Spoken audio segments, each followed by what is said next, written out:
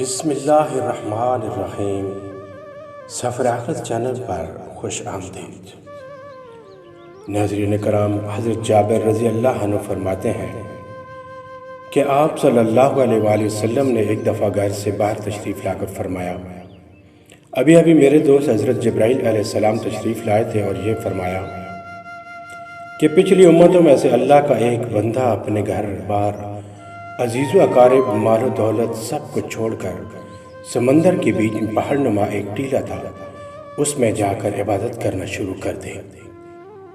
وہ سمندر اتنا وسیع تھا کہ اس ٹیلے کے ہر جانب 4,000 ہزار فرسخ دوری تک سمندر تھا۔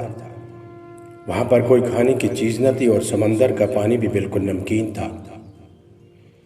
اللہ تعالیٰ نے اپنے فضل سے اس میں ایک انار کا درخت اگا دیا اور انگلی کے برابر میٹھے پانی کا چشمہ جاری کر دیا۔ یہ عابد دن رات 24 گھنٹہ اپنی عبادت میں گزار دیتا تھا اور 24 گھنٹے میں انار کا ایک پھل کھا لیتا اور میٹھے پانی کے چشمہ سے ایک گلاس پانی کا نوش فرما لیتا۔ اسی حالت میں 500 سال گزر گئے۔ 500 سال کے بعد جب اس عابد کی موت کا وقت آیا تو اس نے اللہ تبارک و تعالیٰ سے یہ دعا مانگی کہ سجدے کی حالت میں اس کی روح پرواز کر جائے اور اس کی لاش کو مٹی وغیرہ ہر چیز پر حرام کر دے اور قیامت تک سجدے کی حالت میں صحیح و سالم رہے۔ اللہ تعالیٰ نے اس کی دعا قبول فرمائی۔ سجدے کی حالت میں اس کی موت ہو گئی اور اللہ تعالیٰ نے وہاں ایسا انتظام کر دیا کہ قیامت تک وہاں کسی انسان کی رسائی ممکن نہیں ہو سکتی۔ قیامت کے دن اس عابد کو اللہ کے دربار میں حاضر کیا جائے گا تو اللہ تبارک تعالیٰ فرشتوں سے فرمائے گا کہ میرے اس بندے کو میرے فضل سے جنت میں داخل کر دو۔ تو وہ عابد کہے گا، رب بھی عمل، اے میرے رب، بلکہ میرے عمل کے بدلے میں جنت میں داخل کر دیجئے، کیونکہ میں 500 سال تک ایسی عبادت کی ہے جس میں کسی قسم کی رہکاری کا شائبہ بھی نہیں تھا۔ اللہ پاک پھر فرمائیں گے کہ میری رحمت سے داخل کر دو، تو یہ بندہ کہے گا کہ میرے عمل کے بدلے میں داخل کیجئے۔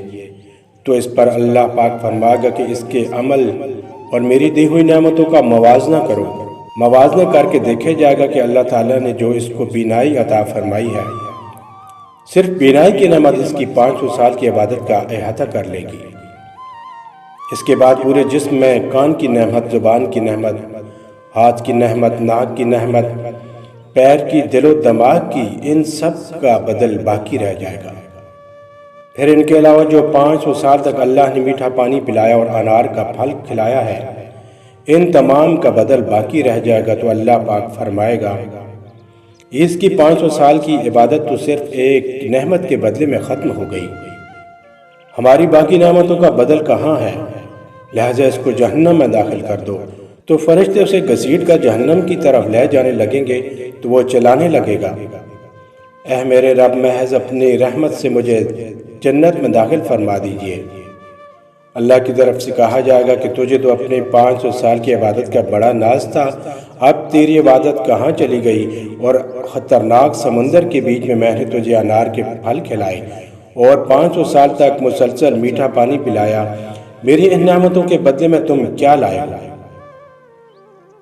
تو وہ کہے گا، اے اللہ، آپ اپنی رحمت سے مجھے جنت میں داخل فرما دیجئے، آپ کی رحمت کے بغیر کچھ بھی نہیں ہو سکتا۔ پھر آخر میں جب حجت تمام ہو جائے گی تو اللہ تبارک تعالیٰ فرمائے گا، میری رحمت و میرے فضل کے ذریعے اس کو جنت میں داخل کر دو۔